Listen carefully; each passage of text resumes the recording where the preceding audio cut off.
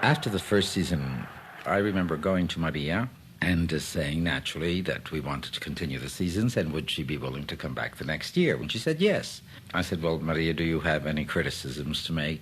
And she said, no, it's fine. She said, you have to strengthen your comprimari. And she said, and I have wonderful colleagues, the best singers in the world. She says, but there's one lady missing. I mentioned this one, the other one. She said, no, she's the greatest one of them all. I said, well, Maria, let's stop playing games. Who is it? She says, Renata Tebaldi. She said, imagine what a coup it would be for you to have me one night and Renata the next night. We did succeed in getting Renata the second year, and you can imagine the audiences. The second Chicago season opened with Callas in I Puritani, and on the second night, Tebaldi made her Chicago debut as Aida. Ritorna, vincitor! E dal mio labbro uscì l'empia parola. Vincitor del padre mio, di lui che in pugno l'armi per me, per ridonarmi una patria, una reggia e il nome illustre che qui c'è l'arme forza. Vincitor de miei fratelli,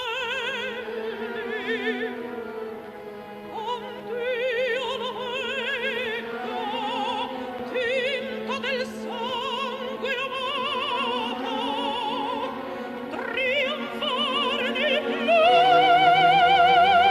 plauso delle egizie corti, e dietro il carro un re, mio padre, di cattivi vinto.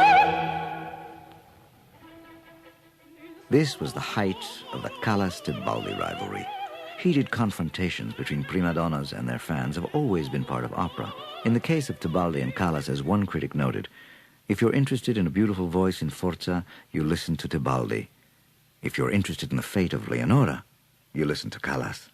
Tebaldi's voice was said to have been the voice of an angel, while Callas, with her sulfuric and disturbing sounds, was considered diabolical. Ritorna, vincitor! E dal mio labbro uscì l'empia parola. Vincitor del padre mio, di lui che pugno d'armi per me, per ridonarmi una patria, una reggia e i nome illustri che qui c'è l'armi forza. Vincitor di miei fratelli. In Chicago, broadcaster Norman Ross asked Callas about the voice of Tebaldi. Why do you think it is that you go to her performances to see her sing and she refuses to come to yours? I wish you'd ask her that. I admire Renata Tebaldi's tone.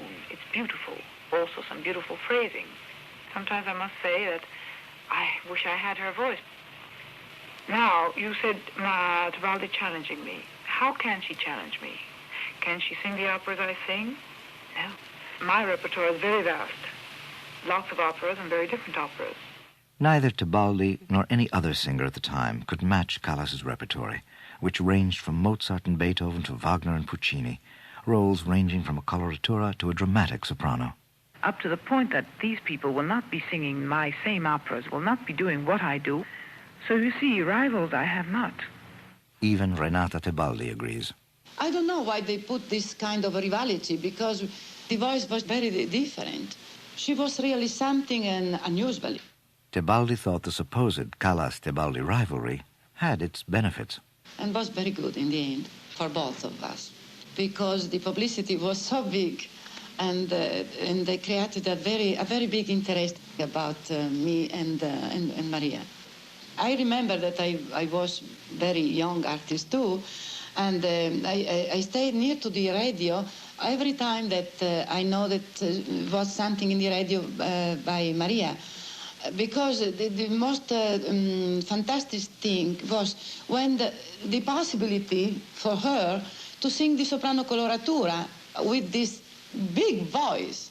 And this was really something very special. Tebaldi's Chicago performances were conducted by Callas's mentor, Tullio Serafin.